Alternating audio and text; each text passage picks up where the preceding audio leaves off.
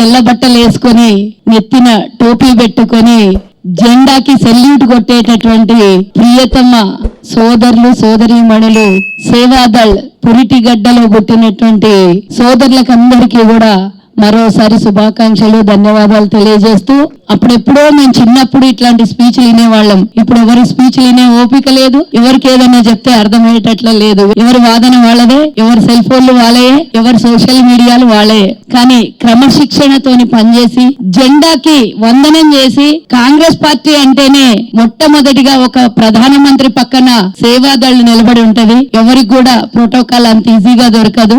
మీకు ప్రోటోకాల్ కన్నా ఎక్కువ ప్రోటోకాల్ ఉండేటటువంటి సంస్థ ఏదైనా ఉందంటే సేవ చేసేటటువంటి సేవాదళే. ముఖ్యంగా చెప్పాలంటే మొదటి 100 సంవత్సరాల సెలబ్రేషన్ తెలంగాణలో చేసుకుంటున్నాం. 100 సంవత్సరాల క్రితం మన ఉమ్మడి ఆంధ్రప్రదేశ్ కాకినాడలో మొదలైనటువంటి ఈ సేవాదళ్ కాంగ్రెస్ లో విలీనమై స్వతంత్రం వచ్చే ముందు 40 ఏళ్ళలో కాంగ్రెస్ లో పూర్తి స్థాయిలో విలీనమై మరి మొదటి ప్రధాని నెహ్రూ గారు సేవాదళ్ అధ్యక్షులుగా ఉండి ఆ సేవాదళ్లో ఈ రోజు 100 సంవత్సరాలు పూర్తి చేసుకుంటే 100 సంవత్సరాల క్రితం మా తాతలు ఉండనేమో గాని ఈ రోజు 100 సంవత్సరాలు పూర్తి చేసుకున్నప్పుడు మేము ఇందులో పాలు పంచుకుని ఇంకో 100 సంవత్సరాలు అయిన తర్వాత మా మనవాళ్ళు మనవరాలు కూడా సేవాదళ్లో మేము ఉన్నాము అని కాంగ్రెస్ నాయకులుగా గర్వంగా చెప్పుకునేటటువంటి ఒక సేవ చాలా ఇన్స్పైర్ గా చెప్పినటువంటి సోదరుని మాటలు మనం ఒకసారి గమనించాలి. వారికి ఎందుకు మనం ధీటుగా పనిచేయలేకపోతున్నాం, ఎక్కడ ఏ లోపం ఉన్నది అనేది మనం ఒక్కసారి అర్థం చేసుకోవాలి. ఎక్కడో మన తర్వాత మన భాగస్వామ్యం మన దాంట్లో నుంచి సేవాదళ్ నుంచి బయటికి వెళ్ళిపోయి RSS మొదలుపెట్టి RSS లో అంటే మనమేమో సెక్యులర్ అని అంటే కాదు, మేము హిందుత్వం అని బయటికి వెళ్ళిపోయినటువంటి RSS వాళ్ళ ఒక సంస్థను ఏర్పాటు చేసుకొని ఈ రోజు దేశాన్ని 2 భాగాలుగా విభజించి వాళ్ళు ముందుకెళ్లిపోతుంటే ఎందుకు సేవాదళ్లో పుట్టినటువంటి వాళ్ళు మరి అంత స్పీడ్ గా దేశాన్ని సర్వనాశనం చేస్తుంటే మనం ఎందుకు వెనుకబడ్డాము అనేది ఒక్కసారి ఆలోచించాల్సినటువంటి అవసరం ఉన్నది. మన పార్టీ ప్రావీణ్యత తగ్గిందా లేకపోతే ఇంకేదైనా లోపాలు ఉన్నాయని ఒకసారి మనం గమనించుకోవాల్సినటువంటి అవసరం ఉన్నది.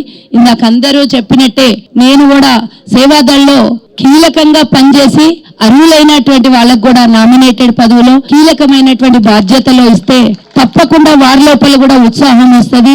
వారు కూడా మాకంటూ ఇక్కడ ఒక సపరేట్ వింగ్ ఉంది, అందులో పనిచేసి పార్టీలో పదవులు పొందొచ్చు అని ఇంకా కొంచెం ఎక్కువగా కష్టపడి పనిచేయడానికి అవకాశం ఉంటది. ఇందాక రామరెడ్డి అన్న చెప్పినట్ల అక్కడ పనిచేసి వస్తే ఇక్కడ 1 సంవత్సరం 2 సంవత్సరాల్లో పనిచేస్తేనే పార్టీలో పదవులు వస్తాయి అనే ఒక కీలకమైనటువంటి నిర్ణయం కూడా AICC తీసుకుంటే బాగుంటదని కూడా నా వంతుగా కూడా నేను సపోర్ట్ చేస్తున్నాను. వివిధ పార్టీల నుంచి వచ్చి పార్టీ అసలు క్రమశిక్షణ తెలియని వాళ్ళు వచ్చినప్పుడే పార్టీలో విభేదాలు రావడం, పార్టీ గెలుపు ఓటమిలకి కారణమవుతారు. కానీ ఇక్కడ క్రమశిక్షణతో పనిచేసి పార్టీలో భాగస్వామ్యం అయితే పార్టీ డెడికేషన్ గురించి కూడా పటిష్టంగా పనిచేయడం కూడా ఒక వంతుగా పెట్టుకుంటారు. కాబట్టి అక్కడి నుంచి పనిచేసి వస్తే ఏదైతే మిలిటరీలో పనిచేసినట్టు మరి దేశ సేవ కోసం పనిచేసినట్లు పార్టీలో కూడా సేవాదళ్లో పనిచేసిన వాళ్ళు పార్టీలో కీలక బాధ్యతలను ఏదన్నా అప్పచెప్తే వాళ్ళకు కూడా రేపొద్దున చాలా అవకాశాలు ఇవ్వడానికి కూడా పార్టీ ముందుకు రావాలని కూడా నేను కోరుకుంటూ ఈ అవకాశం ఇచ్చి 100 సంవత్సరాలు